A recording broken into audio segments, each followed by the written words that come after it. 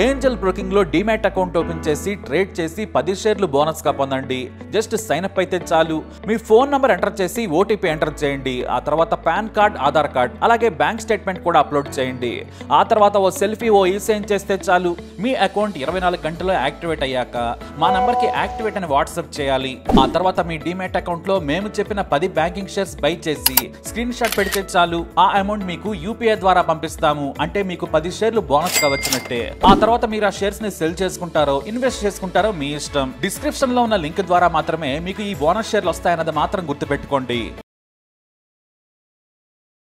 అఘోరీ నాగసాధు. ఇప్పుడు ఈ పేరు వినగానే గుర్తుకు వచ్చేది అఘోరీ శ్రీనివాస్.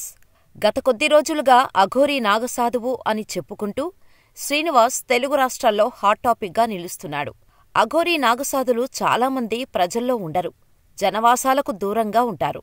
కేవలం కుంభమేళా సమయంలోనే బయటకు వస్తుంటారు. కాని శ్రీనివాస్ మాత్రం సనాతన ధర్మాన్ని రక్షించడానికి వచ్చానని చెప్పుకుంటూ ఖరీదైన ఫోన్లు, సొంత కారుతో తిరుగుతూ తెలుగు రాష్ట్రాల్లో హల్చల్ చేస్తున్నాడు. మత విద్వేషాలను రెచ్చగొట్టడంతో పాటు పోలీస్ అధికారులను సైతం ఇష్టం వచ్చినట్టు దూషిస్తున్నాడు. మొదట్లో శ్రీనివాస్ను నిజంగానే అఘోరీ అని నమ్మినవారు సైతం ఇప్పుడు వ్యతిరేకిస్తున్నారు. గ్రామాల్లో అయితే అతడు కనిపిస్తేనే దాడులు చేస్తున్నారు. సనాతన ధర్మం అనే ట్యాగును అడ్డుపెట్టుకొని శ్రీనివాస్ చేస్తున్న దారుణాలు అన్నీ ఇన్నీ కాదు. ఇటీవల శ్రీవర్షిణి అనే అమ్మాయిని పెళ్లి చేసుకొని మరోసారి వార్తల్లో నిలిచాడు. ఇంతలోనే అఘోరీ శ్రీనివాస్ తన భర్త అంటూ మరో మహిళ మీడియా ముందుకు వచ్చింది. నాకు దైవభక్తి ఎక్కువగా ఉన్న కారణంగా నేను అఘోరీకి దగ్గరయ్యానని, ఆ తర్వాత మా మనసులు కలిశాయని, ఇద్దరం కలిసి ఒక ఆశ్రమం పెట్టి కలిసి ఉందామని అనుకున్నామని, అయితే కొన్ని కారణాల వల్ల అది కుదరకపోగా జనవరి నెలలో తన పుట్టినరోజు నాడు అఘోరీ తనను చంపేస్తానని బెదిరించి తాళి కట్టి పెళ్లి చేసుకున్నాడని, 3 లక్షల దాకా డబ్బు కూడా ఇచ్చారని, పెళ్లైన కొన్ని రోజులకే తన దగ్గర ఉన్న వెండి తాళిని తీసుకుని వెళ్లిపోయాడని చెప్పి కేసు ఫైల్ చేయగా, ఇటీవలే ఓ ప్రొడ్యూసర్ సైతం అఘోరీ శ్రీనివాస్ పూజల పేరుతో తన వద్ద లక్షల రూపాయలు తీసుకొని మోసం చేశాడని ఆరోపించింది. తరచూ ఏదో ఒక ఇష్యూతో పోలీసులను, ప్రజలను ఇబ్బంది పెడుతున్న ఈ శ్రీనివాస్ ఎవరు? కృష్ణానగర్లో సెల్ఫోన్లు కొట్టేసినవాడు అసలు అఘోరీ ఎలా అయ్యాడు? సనాతన ధర్మం పేరు చెప్పి అందరినీ మోసం చేస్తున్నాడా?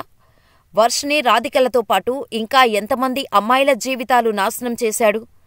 అఘోరీగా మారకముందు శ్రీనివాస్ ఏం చేసేవాడు అనే విషయాలు ఈ వీడియోలో తెలుసుకుందాం. అఘోరీ నాగసాధు. అసలు పేరు ఏలూరు శ్రీనివాస్. 1996 జనవరి 18న తెలంగాణలో ఉన్న కృష్ణపల్లి అనే ఓ గ్రామంలో నిరుపేద రైతు కుటుంబంలో జన్మించాడు. శ్రీనివాస్ తండ్రి పేరు చిన్నయ్య, తల్లి పేరు చిన్నక్క. ఇతనికి ఒక అన్న, ఒక అక్క, 2 తమ్ముళ్లు కూడా ఉన్నారు. శ్రీనివాస్ అమ్మగారైన చిన్నక్క గారికి అప్పుడప్పుడు అమ్మవారు ఒంటిమీదకు వస్తుండేది. అమ్మలో అమ్మవారు ఆవహించటం చూసిన శ్రీనివాస్కు ఏం అర్థమయ్యేది కాదు. కాని దేవత వచ్చిందని అందరూ చెబితే దండం పెట్టుకునేవాడు. ఇలా చిన్నప్పటినుంచి శ్రీనివాస్కు దైవభక్తి బాగా పెరిగింది. దేవుడి గురించి, తాంత్రిక విద్యల గురించి ఎవరైనా మాట్లాడితే చాలు చెవులు చాచి వినేవాడు. ఈ క్రమంలోనే శ్రీనివాస్ ఉండే ఊరికి కొంతమంది లేడీ అఘోరాలు వచ్చారు. ఆ ఊరి అడవుల్లో వారు ఉండేవారు. దీంతో ఊరి జనం అందరూ వారిని ఎంతో భక్తితో చూసేవారు. ప్రజలకు కష్టాలు వచ్చినా దెయ్యం పట్టింది, పిశాచి పట్టింది అని అనుమానం ఉన్న ఊరిలోని ప్రజలందరూ వారి దగ్గరకు వెళ్లి పూజలు చేయించుకునేవారు. ఈ విషయం ఆ నోటా ఈ నోటా శ్రీనివాస్ చెవిన పడింది. వెంటనే వారిని చూడాలని అడవిలోకి వెళ్లాడు శ్రీనివాస్. అక్కడ 2 అఘోరీలు పూజలు చేస్తూ పచ్చిమాంసం తినడం చూశాడు. వారు చేసే పనులు శ్రీనివాస్కు చాలా ఇంట్రెస్టింగ్గా ఉండటంతో స్కూల్ ఎగ్గొట్టి అడవిలోకి వెళ్లి దొంగచాటుగా వాళ్ళు చేస్తున్నవన్నీ చూసేవాడు. ఓ రోజు అనుకోకుండా ఓ అఘోరీ శ్రీనివాస్ను చూసేసింది. దీంతో శ్రీనివాస్ భయంతో పారిపోతుంటే ఆ అఘోరీ పిలిచి మరీ శ్రీనివాస్ని పక్కన కూర్చోబెట్టుకొని వారు చేసే పూజలను దగ్గరుండి చూసేందుకు అనుమతి ఇచ్చింది. ఇలా వారు పూజలు చేయటం చూసిన శ్రీనివాస్, నేను కూడా తంత్రవిద్యలు నేర్చుకుంటే అందరూ భయపడతారు, వాటి ద్వారా డబ్బు సంపాదించవచ్చని, తను కూడా ఆ విద్యలు నేర్చుకోవాలని డిసైడ్ అయ్యాడు. అయితే అక్కడకు వచ్చిన ఆ అఘోరీలు వారి పని పూర్తి కావటంతో ఆ ఊరి నుంచి వెళ్లిపోటానికి సిద్ధమయ్యారు. ఈ విషయం తెలుసుకున్న శ్రీనివాస్ ఇంట్లో వారికి స్కూల్కి వెళ్తున్నాను అని చెప్పి అఘోరీల దగ్గరకు వెళ్ళి, నేను కూడా మీలాగా తంత్రవిద్యలు నేర్చుకోవాలని అనుకుంటున్నాను, నన్ను కూడా మీతో పాటు తీసుకెళ్ళండి అని అడిగాడు. దానికి ఆ అఘోరీలు ఒప్పుకొని శ్రీనివాస్ని తీసుకెళ్లారు. ఈ విషయం తెలియని తల్లిదండ్రులు శ్రీనివాస్ ఇంటికి రాకపోవటంతో వెతకడం మొదలుపెట్టారు. కాని ఎక్కడా కనిపించలేదు.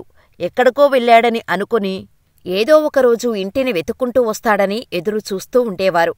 ఇలా ఊరినుంచి వెళ్లిపోయిన శ్రీనివాస్ ఆ తర్వాత ఆ అఘోరీల వద్ద శిష్యరికం చేస్తూ, వారితోనే తిరుగుతూ, వారు చేసే పూజలకు కావాల్సిన సామాన్లను సమకూరుస్తూ ఉండేవాడు.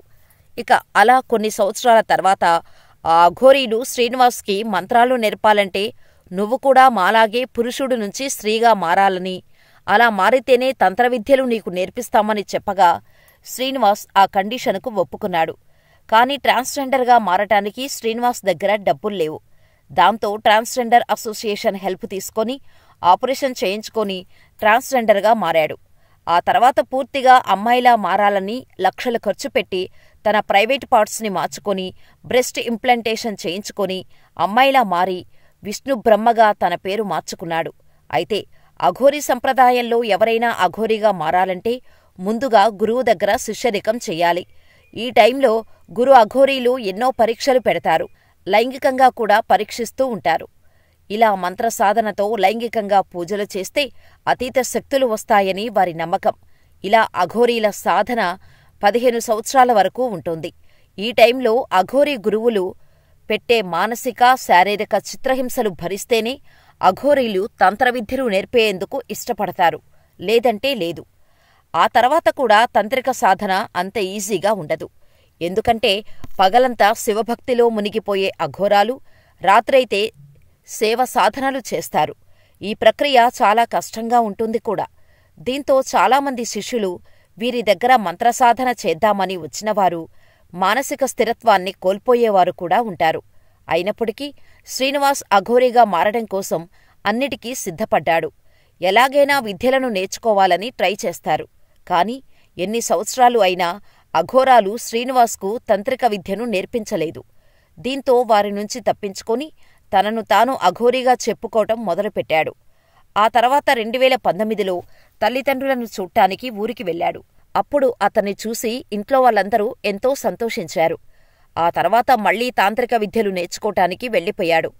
అక్కడ మందు పెట్టడం, వశీకరణ చేయడం వంటి కొన్ని విద్యలు నేర్చుకున్నాడు. అంతే. ఒక ఫోన్ కొని, కారును కొనుక్కొని, కారు నెంబర్ ప్లేట్స్ స్థానంలో అఘోరీ నాగసాధు అను రాయించి, కారు మొత్తం కూడా పుర్రెలను అంటించి డేంజర్ అని రాయించి తెలుగుదేశంలో పుణ్యక్షేత్రాలను తిరగటం మొదలుపెట్టాడు. ఇలా తెలుగు రాష్ట్రాల్లో ముందుగా కొమరవెల్లి మల్లికార్జునస్వామి దర్శనం కోసం వచ్చాడు. దాంతో మొదటిసారి ఇతని గురించి అందరూ మాట్లాడుకున్నారు. ఇలా సోషల్ మీడియాలో అందరి కంట్లో పడ్డాడు.